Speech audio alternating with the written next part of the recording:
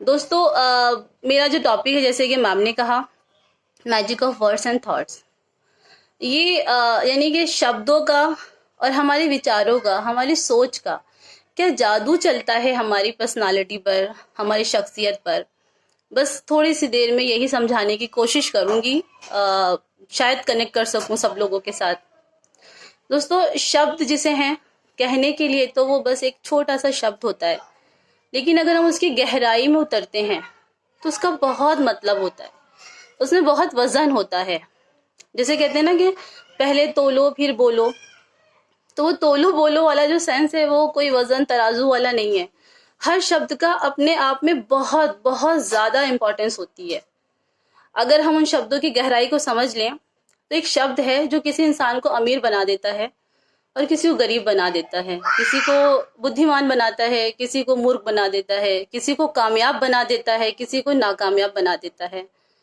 लेकिन समझने वाली बात है, हम अपने शब्दों से किसी को कुछ भी बना सकते हैं, अच्छा बना दिया या बुरा बना दिया।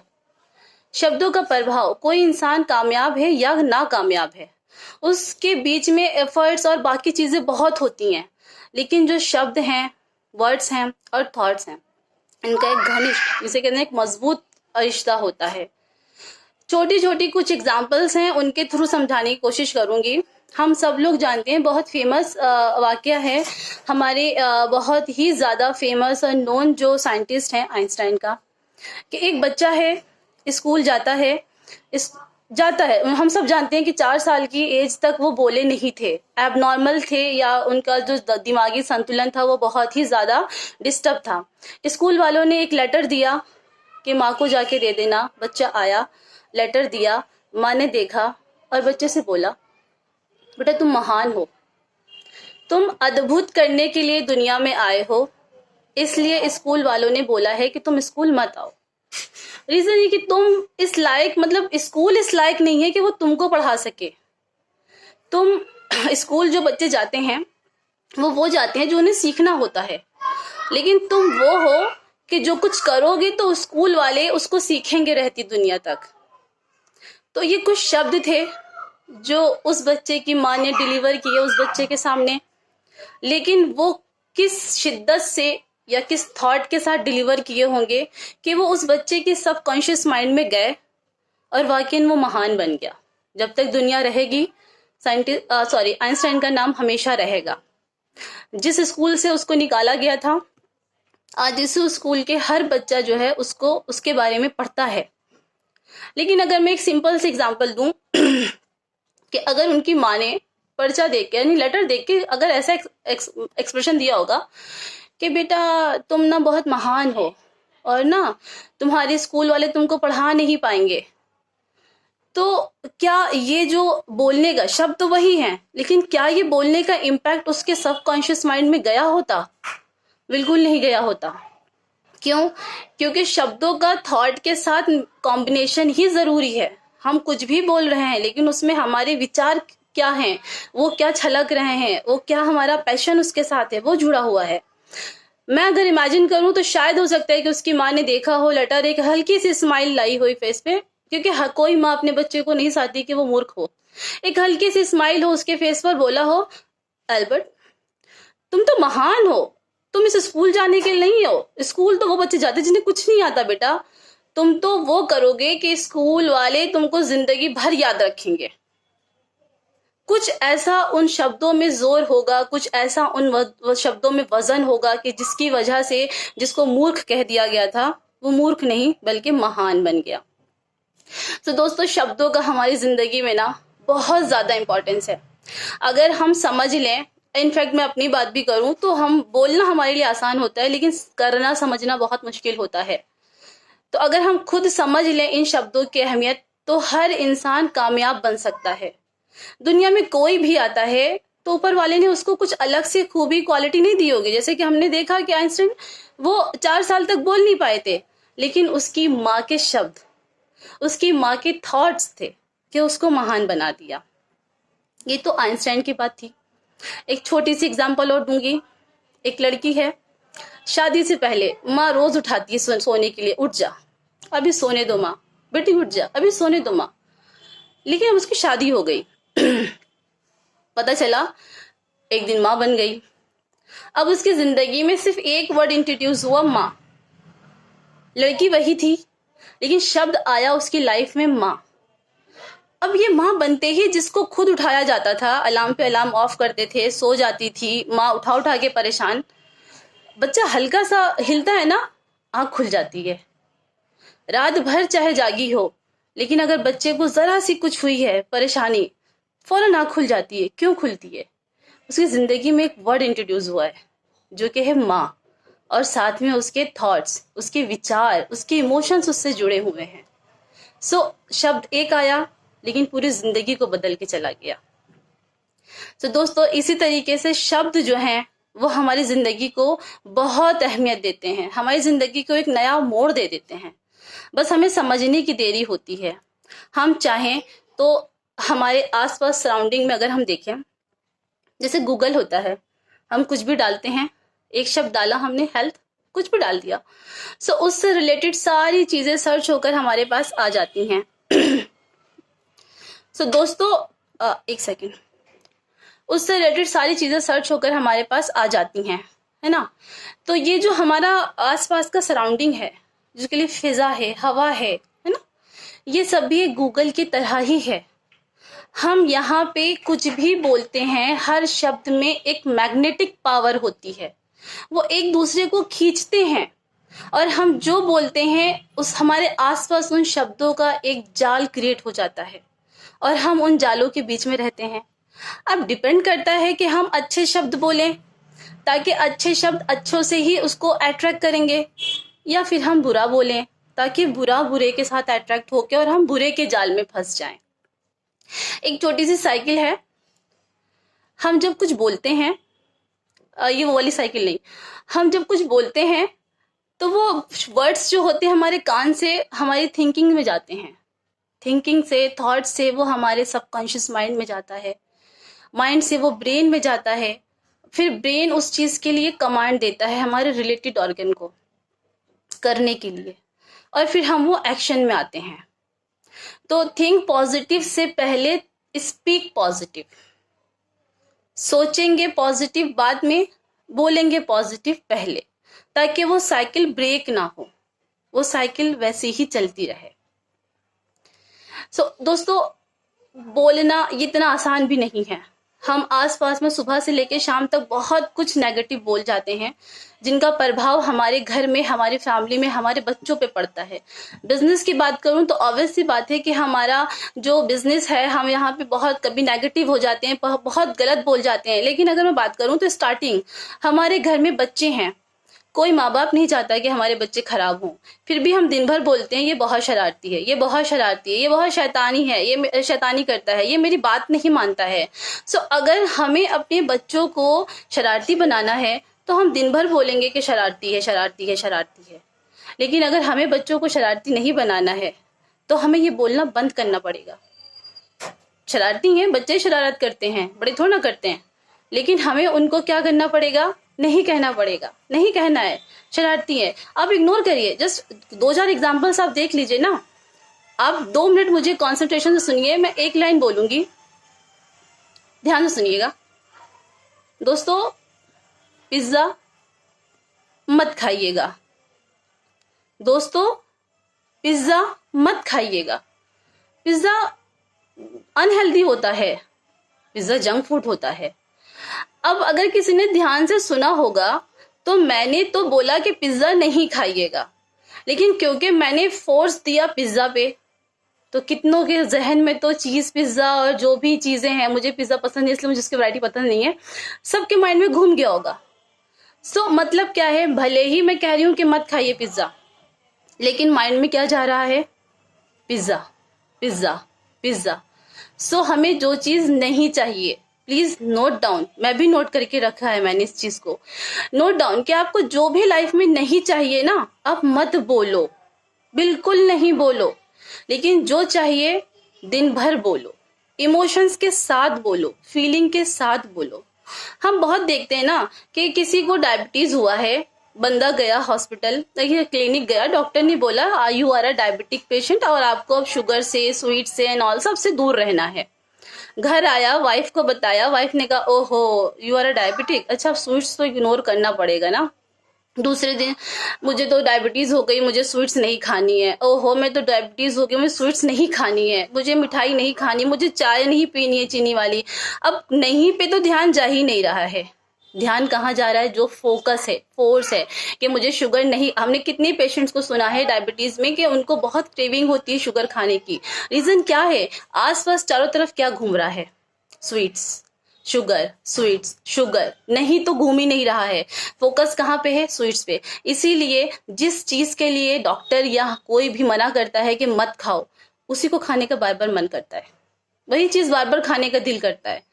और अगर उस चीज से मन हटाना हो, उसको बोलना बंद कर दीजिए, नहीं दिल करेगा। एक बच्चा है, भागता हुआ आता है, गिरता है, हल्की सी खरोच आती है, माँ बहुत सेंसिटिव है, फौरन दौड़ती हुई आती है, अरे मेरे बच्चे को चोट लग गई, ओ माय गॉड बेचे तुम्हें क्या हो गया, अरे देखो इसके कट गया, देखो इसको ब्लड निकल रहा है। अब वो बच्चा एक्सट्रीम पे रोएगा, क्यों? क्योंकि माँ डिलीवर क्या कर रही है? चोट लग गई। रोएगा, वो बहुत रोएगा। दो चार इधर से आए, चाचा आए, दादी आई, मासी आई, क्या हुआ? अरे यार चोट लग गई, अरे यार चोट लग गई। ओ अब वो भी दिखा दिखा के रोएगा, चोट लग गई है। दूसरा बच्चा है, गिरा, माँ ने इग्नोर कर दिया। बहुत से माओ के साथ, सबके साथ ये होता है, हम सब समझते हैं इस चीज को। माँ ने इग्नोर कर दिया। अब वो बच्चा जब इग्नोर कर दिया, पहले देख रहा है कि तो माँ ने देखा नहीं। और दूसरी चीज, या तो वो रोएगा ताकि वो आके उठा ले, और अगर नहीं तो फिर क्या होगा? फिर वो खुद उठेगा, आएगा, बताएगा कि मम्मा देखो चोट लगी है। तो अब वो बच्चा, अब मम्मा क्या कहेगी? अरे यार you are a brave girl, you are a brave boy, इतनी सी चोट तो देखो मुझे भी कल किचन में काम करते वक्त लग गई थी, मैं रोई क्या? आपने सुना? अब उसका बच्चे का माइंड डाइवर्ट हो गया। अब चोट नहीं लगी उसे, अब उसे पेन नहीं हो रहा है। क्यों नहीं हो रहा है? हमने डिलीवर किया कि बहुत माइनर सी चोट है, छोटी सी चोट है, कोई बात नहीं, कॉमन है, होता है। तो दोस्तों ये शब्द ही हैं जो हमें बहुत कुछ करा सकते हैं। इनका बहुत जादू है, बहुत माया जाल है। जो इसको समझ लेता है ना, वो कामयाब हो जाता है।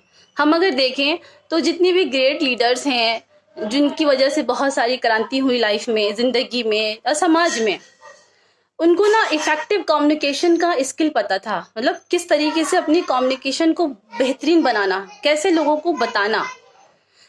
मैंने एक जगह सुना था, मुझे वो चीज़ बहुत अच्छी लगी थी कि जो फेमस हम सुनते हैं कि तुम हमें खून दो, सुभाष चंद्र जी बोस का जो डायलॉग था कि तुम मुझे खून दो मैं तुम्हें आज़ादी दूंगा।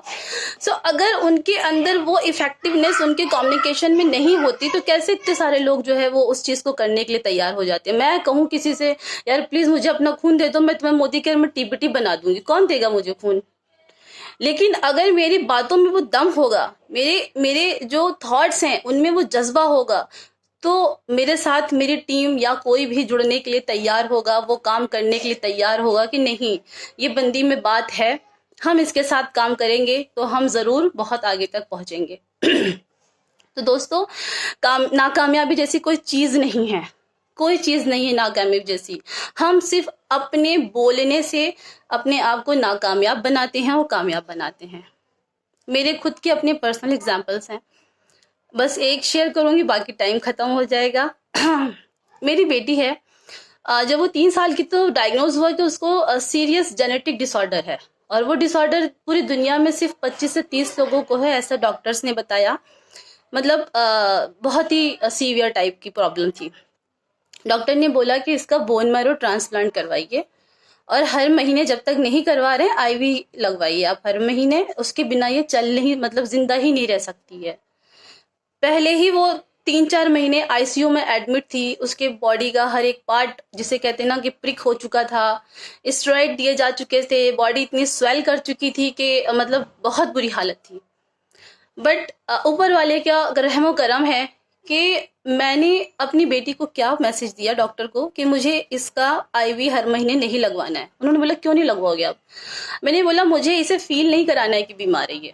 ठीक है, आपने बोला कि ये रेयरेस्ट डिसीज है, दुनिया में इस तरह के बच्चे बचते नहीं हैं। लेकिन मुझे अपनी बेटी को फील नहीं कराना है कि वो बीमार है।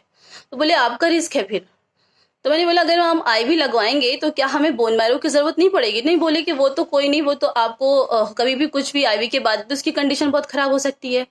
मैंने कहा मुझे इसे फील नहीं कराना है कि बीमार है, क्योंकि वो इतने दिन से झेल रही है। अब मैं हर महीने उसको लेकर जाऊंगी, पूरा दिन डे केयर में रहेगी, तो उसके माइंड से निकलेगा ही नहीं कि वो बीमार है या हेल्दी है। मुझे उसे फील कराना है हेल्दी है, बाकी ऊपर वाला देखेगा कि क्या करना है क्या नहीं करना है। आप बिलीव करोगे, आज वो 8 साल की है, 3rd क्लास में है, क्लास में 1st पोजीशन आती है। क्लास में जितने भी अच्छे बच्चे होंगे उनमें सबसे पहले उसी का नाम होता है। क्लास से आज तक कभी कंप्लेन नहीं आई, मॉनिटर है क्लास की। जो बच्चा इस तरह की डिसीज में था कि जिसको जवाब दे चुके हैं डॉक्टर, लेकिन सिर्फ और सिर्फ आपके वर्ड्स वो मैजिक कर जाते हैं ना, क्योंकि जब वर्ड्स, पैशन और थॉट इन सब को जब मिलाया जाता है तो आपके अंदर आता है एक फेथ। और वो फेथ एक ऐसी चीज है, हम सब जानते हैं कि फेथ एक ऐसी चीज है कि वो दुनिया में उस काम को भी पॉसिबल करती है जिसे पूरी दुनिया इम्पॉसिबल कर चुकी होती है।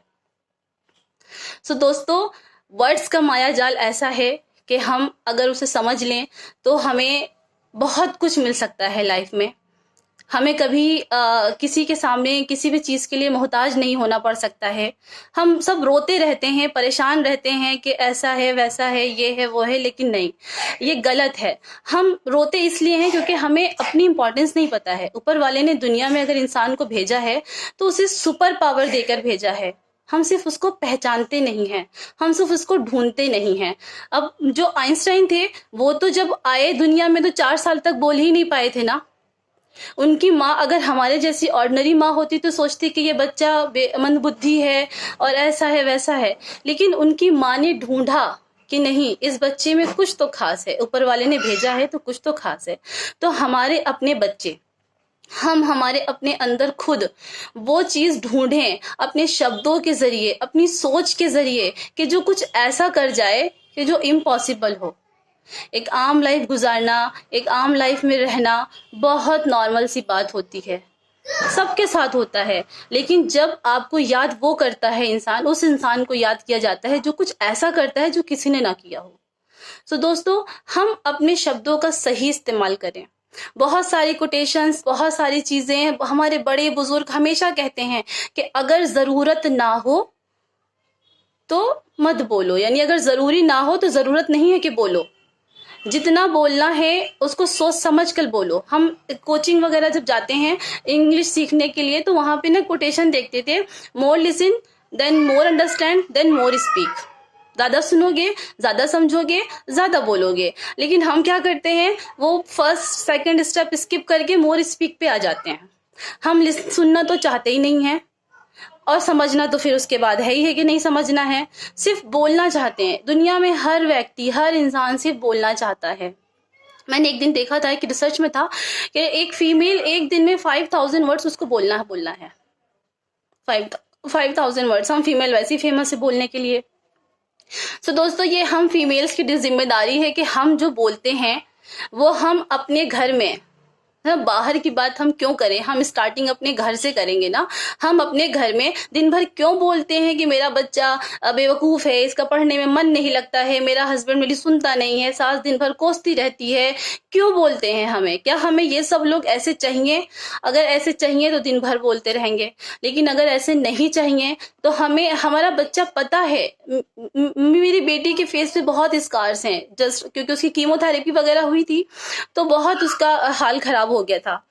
बट उस मेरी बेटी को इतना कॉन्फिडेंट है कि उसके फेस पे स्कार होने के बावजूद भी वो सोचती है कि वो दुनिया की बेस्ट, सबसे खूबसूरत लड़की है।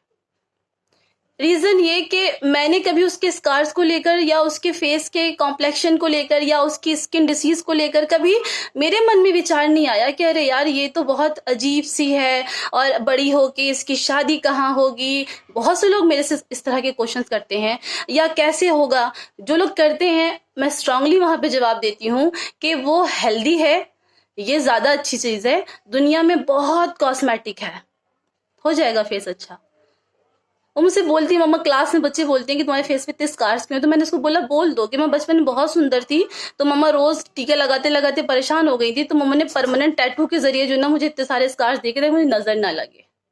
सो उसके माइंड में वो चला गया है। उसके माइंड में 1% आजकल 8-9 साल के बच्चे भी, लड़कियां भी ना बहुत स्मार्ट होती हैं, उनको अपने लुक्स को लेकर बहुत ख्याल होता है। बस उसके माइंड में वो चीज घर कर चुकी है कि ये स्कार्स मेरे लिए कोई मैटर नहीं करते, मैं बहुत खूबसूरत हूँ, मैं बहुत सुंदर हूँ।